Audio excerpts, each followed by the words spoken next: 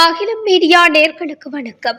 பொய் சொன்னதற்காக எதிர்க்கட்சி தலைவருக்கு $14,000 அபராதம். சிங்கப்பூரில் பொய் சாட்சி கூறிய எதிர்க்கட்சி தலைவர் ஒருவருக்கு $14,000 அபராதம் விதிக்கப்பட்டுள்ள சம்பவம் பரபரப்பை ஏற்படுத்தியுள்ளது. சிங்கப்பூரை சேர்ந்த இந்திய வம்சாவளி எதிர்க்கட்சி தலைவர் பிரீதம் சிங் பதவியேற்பின் போது நாடாளுமன்ற குழுவில் சத்திய பிரமாணம் செய்யும் போது பொய் கூறியது ஆதாரத்துடன் நிரூபிக்கப்பட்டுள்ளது. இதனால் அவருக்கு $14,000 சிங்கப்பூர் அபராதம் விதிக்கப்பட்டுள்ளது. விசாரணைக்கு பிறகு செய்தியாளர்களிடம் பேசிய பிரீதம் சிங், இந்த ஆண்டு நவம்பரில் நடைபெறவுள்ள பொது தேர்தலில் மீண்டும் போட்டியிடப் போவதாகவும் கூறியுள்ளார். சிங்கப்பூர் அரசியலமைப்பு சட்டத்தின்படி இதுபோன்ற குற்றத்தில் ஈடுபட்ட நாடாளுமன்ற உறுப்பினர் ஒருவருக்கு குறைந்தபட்சம் 1 வருடம் சிறை தண்டனை அல்லது $10,000 சிங்கப்பூர் அபராதம் விதிக்கப்படும். அவ்வாறு விதிக்கப்பட்டால் அவர் பதவியை இழக்க நேரிடும். மேலும் தேர்தலில் போட்டியிடுவதிலிருந்து தகுதி நீக்கம் செய்யப்படுவர்.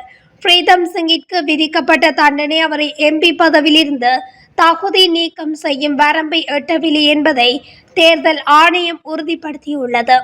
2021 ஆண்டு நவம்பரில் பாலியல் வன்கொடுமைக்கு ஆளான ஒருவரிடம் காவல்துறை தவறாக நடந்து கொண்டதை தான் பார்த்ததாகவும் முன்னாள் தொழிலாளர் கட்சி MP ரஜிசாகான் நாடாளுமன்றத்தில் கூறியுள்ளார். இதற்கு தொழிலாளர் கட்சியின் பொதுச் செயலாளரும் எதிர்க்கட்சி தலைவருமான பிரீதம் சிங் இந்த வழக்கு தொடர்பாக நாடாளுமன்றத்தில் தானும் நேரில் பார்த்ததாக பொய் சாட்சி கூறியிருக்கிறார். நாடாளுமன்ற குழுவிடம் பிரீதம் சிங் பொய் சாட்சியம் அளித்தது கண்டறியப்பட்டு பிரீதம் சிங்கை குற்றவாளி என துணை முதன்மை மாவட்ட நீதிபதி லோக் டான் தீர்ப்பளித்தார். இந்த நிலையில் இருமுறை பொய் கூறியதற்காக பிரீதம் சிங்குக்கு அந்த நாட்டு நீதிமன்றம் $14,000 சிங்கப்பூர் அபராதம் விதித்துள்ளது.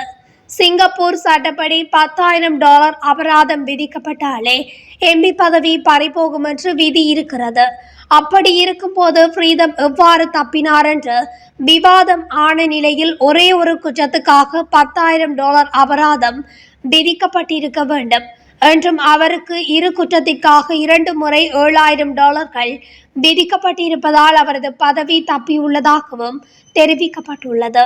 இதுபோன்ற உலகத்தின் முக்கிய செய்திகளை உடனுக்குடன் தெரிந்து கொள்ள அகிலம் மீடியாவுடன் இணைந்திருங்கள். நன்றி, வணக்கம்.